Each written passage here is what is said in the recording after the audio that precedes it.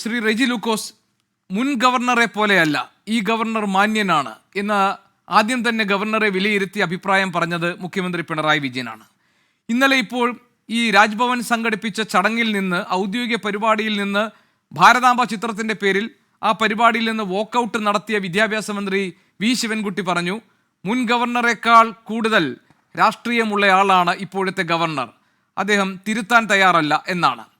ഗവർണറെ വിലയിരുത്തിയ കാര്യത്തിൽ ഈ ഇടതുപക്ഷ പ്രസ്ഥാനങ്ങൾക്കും മുഖ്യമന്ത്രിക്കുമൊക്കെ പിഴവ് സംഭവിച്ചു എന്നാണോ ഈ പുതിയ സംഭവങ്ങൾ സൂചിപ്പിക്കുന്നത്? ഗവർണർ അദ്ദേഹം ഒരു RSS ആശയധാരയിൽ വാർത്തെടുക്കപ്പെട്ട ഒരാളാണ്. അദ്ദേഹം ആ പ്രത്യയശാസ്ത്ര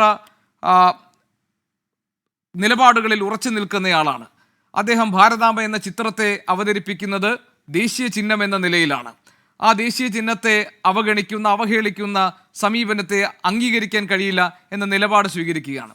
അതിലെന്ത് തെറ്റ് എന്ന് ചോദിക്കുന്നവരോട് എന്താണ് ഇടതുപക്ഷം പറയുക? സർക്കാർ എങ്ങനെയാണ് ഇനി ഈ വിഷയത്തെ കൈകാര്യം ചെയ്യാൻ പോകുന്നത്? മുൻ ഗവർണറെക്കാൾ കൂടുതൽ അപകടകാരിയായ മറ്റൊരു ഗവർണർ സർക്കാരുമായുള്ള ബന്ധം മോശമാകുന്ന തരത്തിലേക്ക് മാറുന്ന തരത്തിൽ പ്രവർത്തിക്കുന്നു എന്നതാണോ പുതിയ സംഭവങ്ങൾ നമുക്ക് മുന്നിൽ നൽകുന്ന ചിത്രം? ഗോപികൃഷ്ണ, ആദ്യത്തെ ചോദ്യത്തിന് ആദ്യം മറുപടി പറയാം. അതായത് ബഹുമാനപ്പെട്ട ഗവർണർ അജ്രേക്കർ അദ്ദേഹം സത്യപ്രതിജ്ഞയ്ക്ക് ശേഷമുള്ള ഈ കഴിഞ്ഞ ഏതാനും ആഴ്ചകൾക്ക് മുമ്പ് വരെയുള്ള അദ്ദേഹത്തിന്റെ നടപടിക്രമങ്ങളിൽ കാര്യമായ രീതിയിലുള്ള പിഴവുകളോ മുൻ ഗവർണർ ആരിഫ് മുഹമ്മദ് ഖാൻ ചെയ്ത പോലുള്ള വികലമായ ഒരു ഗവർണർക്ക് ഒരിക്കലും ചേരാത്ത രീതിയിലുള്ള പ്രവർത്തികൾ അദ്ദേഹത്തിന്റെ ഭാഗത്തിന് ഉണ്ടായിട്ടില്ല.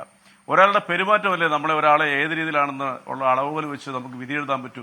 ആ അർത്ഥത്തിൽ അതുവരെയുള്ള അജ്രേക്കറെ സംബന്ധിച്ചോളം കേരളത്തിലെ മുഖ്യമന്ത്രിയും കേരളത്തിലെ പൊതുസമൂഹവും വിചാരിച്ചത് ഇദ്ദേഹം ആ കാര്യത്തിൽ ഒരു മാതൃകയാണെന്ന് തന്നെയാണ്. മുഹമ്മദ് ആരിഫ് ഖാനിന്റെ ദുർമാർഗതയല്ല ഇദ്ദേഹം കാണിക്കുന്നുള്ളത് വളരെ വ്യക്തമാണ്. പക്ഷേ അദ്ദേഹം ഇപ്പോൾ ചെയ്തത് എന്താണ്? അദ്ദേഹം കഴിഞ്ഞ ദിവസം കൃഷിമന്ത്രിയായിട്ട് ബന്ധപ്പെട്ടൊരു വിഷയം നമുക്ക് മുഴുവൻ അറിയാൻ പറ്റും. കൃഷിമന്ത്രി ബഹുമാനപ്പെട്ട പി പ്രസാദ് എടുത്ത നിലപാട് കേരളം മുഴുവൻ അംഗീകരിച്ചു, കേരളത്തെ പ്രതിപക്ഷം അംഗീകരിച്ചു. ഇപ്പോൾ അദ്ദേഹം ചെയ്തതിനകത്ത് ഒരു കോൺസിക്വൻസ് എന്ന് പറയുന്നത് നമ്മളിപ്പോൾ പറയുന്നതിനേക്കാൾ അപ്പുറം.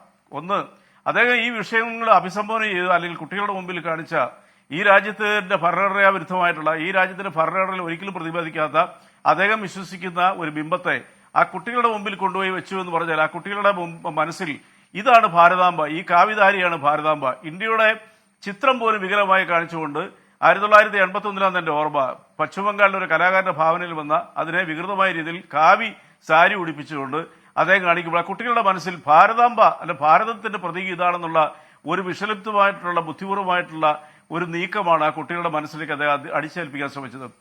അങ്ങേയറ്റം ഭരണഘടനാ വിരുദ്ധമാണ്.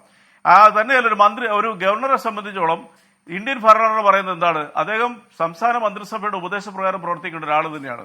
ഇത് പലതവണ നമ്മുടെ സുപ്രീം കോടതി ആവർത്തിച്ചിട്ടുണ്ട്. ഈ കഴിഞ്ഞ 4 മാസങ്ങൾക്ക് മുമ്പ് തമിഴ്നാട് ഗവർണർ അദ്ദേഹത്തിന്റെ നടപടിക്ക് എതിരായിട്ട് സംസ്ഥാന സർക്കാർ സുപ്രീം കോടതിയിൽ സമർപ്പിച്ച ഹർജിയിൽ സുപ്രീം കോടതി വളരെ വ്യക്തമായിട്ട് തന്നെ സൂചിപ്പിക്കുന്നുണ്ട്. ഇന്ത്യൻ ഭരണഘടന ഉദ്ദേശിക്കുന്ന നടപടിക്രമങ്ങളും ഇവരുടെ ഇവരുടെ ജോലി അല്ലെങ്കിൽ ഇവരൊരു സർക്കാരിന്റെ കേന്ദ്ര സർക്കാരിന്റെ ഒരു ഉദ്യോഗസ്ഥനാണ്, അത് രാഷ്ട്രപതി അപ്പോയിന്റ് ചെയ്ത ഉദ്യോഗസ്ഥനാണ്. ഒരുപാട് പരിമിതികളുണ്ട്. അല്ലാതെ കൊണ്ട് RSSന്റെ ശാഖയായി അദ്ദേഹം പ്രവർത്തിക്കുക എന്ന് പറയുന്നത് ഇന്ത്യൻ ചരിത്രത്തോടുള്ള അദ്ദേഹത്തിന്റെ ഏറ്റവും വലിയ വെല്ലുവിളിയാണ്. ഇനി രണ്ടാമത് ആ ചിത്രം ശ്രദ്ധിച്ചു, എനിക്കൊന്ന് രണ്ടാമത് ആ ചിത്രം വിവാദമായപ്പോൾ പുറത്തുവിട്ടിരിക്കുന്ന ചിത്രം മാറ്റിയെന്ന് തോന്നുന്നു. അദ്ദേഹത്തിന്റെ ചിത്രത്തിൽ കാണുന്നത് പാകിസ്ഥാനെ ഉൾപ്പെടുത്തിയിട്ടുണ്ട്, അല്ലെങ്കിൽ ഉൾപ്പെടുത്തിയിട്ടില്ല. ജമ്മു കാശ്മീർ എവിടെ പോയി? ഇന്ത്യക്ക് സ്വാതന്ത്ര്യം കിട്ടുന്നതിന് മുമ്പാണ് ഇവർ ഈ പറയുന്ന ഈ ബിംബത്തെ ഇവർ കണ്ടെത്തിയെന്നുണ്ട്. അങ്ങനെയാണെന്നാണ് അക്കാലത്ത് എങ്ങനെ പാകിസ്ഥാൻ വിഭജനം നടന്നത്? 620ഓളം നാട്ടുരാജ്യങ്ങളാണ് ഇന്ത്യയിലുണ്ടായിരുന്നത്. അവിടെ എങ്ങനെയാ ഇന്ത്യ എന്ന് പറയുന്ന യൂണിറ്റി ഇപ്പോൾ പാകിസ്ഥാൻ വിഭജനത്തിന് ശേഷം ഈ ഇതുണ്ടായത്? അപ്പൊ ഇവർ പർപ്പസ് ആയിട്ടുണ്ടോന്നല്ലേ? ഇവർ കുറച്ചുകൂടെ ബുദ്ധിപൂർവ്വത അവതരിപ്പിക്കണമായിരുന്നു. കാവി ധരിപ്പിച്ചിരിക്കുന്ന ഒരു ബിംബത്തെ നമ്മുടെ കുട്ടികളെ പോലെയുള്ളവരുടെ മുമ്പിൽ വെച്ചുകൊണ്ട് ഇങ്ങനെ കാണിക്കുമ്പോൾ ഈ ഗവർണർ അങ്ങേയറ്റ അപകടകാരിയാണ്. ഒന്ന്, സംസ്ഥാന സർക്കാരിന്റെ വിധേയത്വത്തോടുകൂടി സംസ്ഥാന സർക്കാരിന്റെ അല്ലെങ്കിൽ മന്ത്രിസഭയുടെ ഉപദേശപ്രകാരം പ്രവർത്തിക്കേണ്ട ഒരു വ്യക്തി, ആ ഒരു ഗവർണർ, അദ്ദേഹം തീർച്ചയായിട്ടും ഔദ്യോഗിക ചടങ്ങുകളിൽ അത്തരം ഈ രീതിയിലുള്ള ഒരു വികലമായിട്ടുള്ള ഒരു ചിത്രം പ്രദർശിപ്പിച്ചുകൊണ്ട് ഇതാണ് ഇന്ത്യയുടെ ബിംബം അല്ലെങ്കിൽ ഇന്ത്യയുടെ ചിഹ്നം എന്ന് പറഞ്ഞുകൊണ്ട് കുട്ടികളിൽ ഒരു ചിന്ത കുത്തിവെക്കുന്നത് അങ്ങേയറ്റം വിഷലിപ്തമാണ്. ഇത് തന്നെയല്ലേ ഇന്ത്യയുടെ പുതിയ ലോക്സഭയിൽ വെച്ചിരിക്കുന്ന ആ ചെങ്കോൽ എന്ന് പറയുന്ന സാധനം? ഇപ്പൊ അതൊരു ചർച്ചാ വിഷയമൊക്കെ മാറ്റിയിട്ടില്ലേ ഇന്ത്യയിൽ? അപ്പോൾ ഭാവി ഭാരത അല്ലെങ്കിൽ ഭാവി ഇന്ത്യ ഏത് രീതിയിലാണ് ഇവരെ അല്ലെങ്കിൽ ഈ രീതിയിലുള്ള ചിത്രീകരണത്തെ വിശ്വസിക്കുക? അപ്പൊ വളരെ ബുദ്ധിപൂർവമായിട്ട് ഇന്ത്യ എന്ന് പറയുന്ന സ്വാതന്ത്ര്യം നേടിയതിനു ശേഷം ഇന്ത്യ നേടിയെടുത്തിരിക്കുന്ന മതേതര സങ്കല്പവും ഇന്ത്യൻ ഭരണഘടനയിലോ ഇന്ത്യയിലെ ഏതെങ്കിലും ഒരു നിയമവ്യവസ്ഥയോ പറയാത്ത രീതിയിലുള്ള കാവ്യവൽക്കരണമാണ് പിന്നെ ഈ രാജ്യത്തിന്റെ നിലനിൽപ്പല്ല, ഈ രാജ്യം അങ്ങനത്തെ ഒരു ചിഹ്നമായിരുന്നു എന്ന് ഭാവിയെ ഓർമ്മിപ്പിക്കാൻ, അല്ലെങ്കിൽ ഭാവി തലമുറയെ നാളുകളിൽ ആ രീതിയിൽ ചിന്തിപ്പിക്കാനായിട്ടുള്ള ഇന്ത്യയുടെ പതാകയെ പോലും, അതായത് ഇന്ത്യയുടെ ദേശീയ പതാകയിൽ എവിടെയാണ് പിന്നെ കാവ്യയിലുള്ളത്? ആ രീതിയിലുള്ള ഒരു മാറ്റം വരുത്താനായിട്ടല്ലേ വളരെ തന്ത്രപരമായിട്ട് ഈ ഗവർണർ ശ്രമിച്ചത്. അങ്ങേയറ്റ ഭരണഘടനാ വിരുദ്ധമാണ്. ഇവിടെ ബി ശിവൻകുട്ടി എവിടെയാണ് പ്രോട്ടോകോൾ ലംഘിച്ചിരിക്കുന്നത്? അദ്ദേഹത്തിന്റെ പ്രസംഗം കേട്ടില്ലേ ഗോപികൃഷ്ണൻ? അദ്ദേഹം എന്താ പറഞ്ഞത്?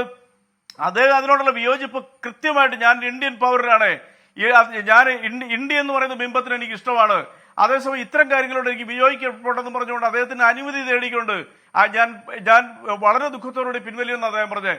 അതിനുള്ള എല്ലാ സ്വാതന്ത്ര്യമുണ്ട്. ഈ രാജ്യത്തിന്റെ ചരിത്രത്തെയും ഈ രാജ്യത്തിന്റെ ബിംബങ്ങളെയും ഈ രാജ്യത്തിന് നിയമപരമായിട്ട് വിഭാവനം ചെയ്യുന്ന എല്ലാ വസ്തുക്കളെയും അതിലംഘിച്ചുകൊണ്ട് ആരെങ്കിലും പ്രവർത്തിച്ചു കഴിഞ്ഞാൽ അത് ഭരണഘടനാ വിരുദ്ധമാണെന്നും അതിൽ നിന്നും ബോയ്ക്കോട്ട് ചെയ്യാനുള്ള അവകാശം തനിക്കുണ്ടെന്നും പറഞ്ഞ ശിവൻകുട്ടിയാണ് ശരി.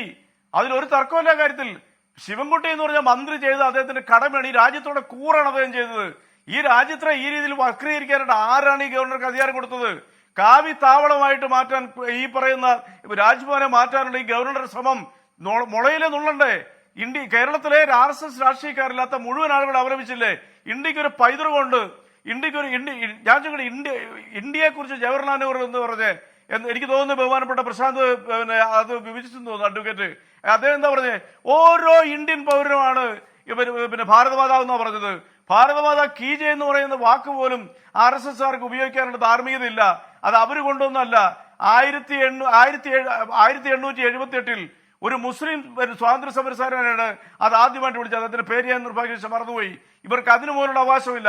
ഇവരിപ്പോൾ കാവ്യവൽക്കരിച്ച് രാജ്യത്തിന്റെ പാർലമെന്റിനെ പോലും കാവ്യവൽക്കരിച്ച് ഇന്ത്യയിലെ പിന്നെ എന്താ പറയുക, ഇവർ ഗവർണറായിട്ടുള്ള ഇന്ത്യയുടെ രാജ്ഭവനുകളിൽ ഈ രീതിയിലുള്ള വരുന്ന തലമുറ കുട്ടികളിൽ പോലും വിഷം കുത്തിവെക്കാനുള്ള നമ്മുടെ ബഹുമാനപ്പെട്ട ഗവർണറുടെ ശ്രമം അങ്ങേയറ്റം ഭരണഘടനാ വിരുദ്ധമാണ്, നിയമവിരുദ്ധമാണ്. ഈ രാജ്യത്തിന്റെ പൈതൃകത്തോടും ഈ രാജ്യം നേടിയെടുത്ത സ്വാതന്ത്ര്യത്തോടും ഈ രാജ്യത്തിന്റെ ഭൂപടത്തെ പോലും വ്യതിചലിച്ചുകൊണ്ട് 1947 മുമ്പുള്ള ഇന്ത്യ എന്താന്ന് പോലും അറിയാത്ത ഇവരുടെ ഈ പ്രവൃത്തി അങ്ങേയറ്റ തെറ്റാണ്. അത് ഒരിക്കലും അംഗീകരിക്കാൻ പാടില്ല. ജനാധിപത്യത്തിൽ വിശ്വസിക്കുന്ന രാജ്യസ്നേഹികളായ ഈ രാജ്യം എന്ന് പറയുന്ന ഭാരതാംബയോട് ഏറ്റവും കൂടുതൽ സ്നേഹിക്കുന്നവർ ഇത്തരം വികലമായിട്ടുള്ള ഈ രീതിയിലുള്ള കാവ്യവൽക്കരണത്തിലൂടെ ഇന്ത്യയുടെ ചരിത്രത്തെ മാറ്റി ഒരു RSS വൽക്കരണം നടത്താനുള്ള ഇവരുടെ കുൽസിതം നമ്മുടെ കുഞ്ഞുങ്ങളുടെ ബ്രെയിനിൽ പോലും കുത്തിവെക്കാനുള്ള ബഹുമാനപ്പെട്ട ഗവർണറുടെ ഈ നടപടി നിർഭാഗ്യകരമായി പോയി. അത് തെറ്റാണ്.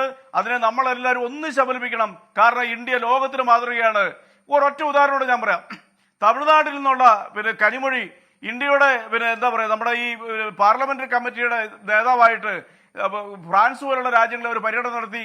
ഇന്ത്യയുടെ നിലപാടാണ് ശരി, പാകിസ്ഥാന്റെ തെറ്റാണെന്ന് പറഞ്ഞുകൊണ്ട് അന്നേരം അവിടുത്തെ ഒരു പത്രക്കാരനൊരു ചോദ്യം ചോദിച്ചു, നിങ്ങളുടെ മാതൃഭാഷ എന്താണെന്ന് ചോദിച്ചു. അവർ പറഞ്ഞ മറുപടി എന്നറിയോ? നാനാത്വത്തിൽ ഏകത്വം, അതാണ് ഞങ്ങളുടെ നിലപാടെന്ന് പറഞ്ഞ ഇന്ത്യ മുഴുവൻ കൈയടിക്കേണ്ട മറുപടി പറഞ്ഞ ഒരു MP ഇന്ത്യയിലുണ്ട്. അതുപോലെ തന്നെയാണ് ജോൺ ബുട്ടാസ് പോയി പറഞ്ഞത്.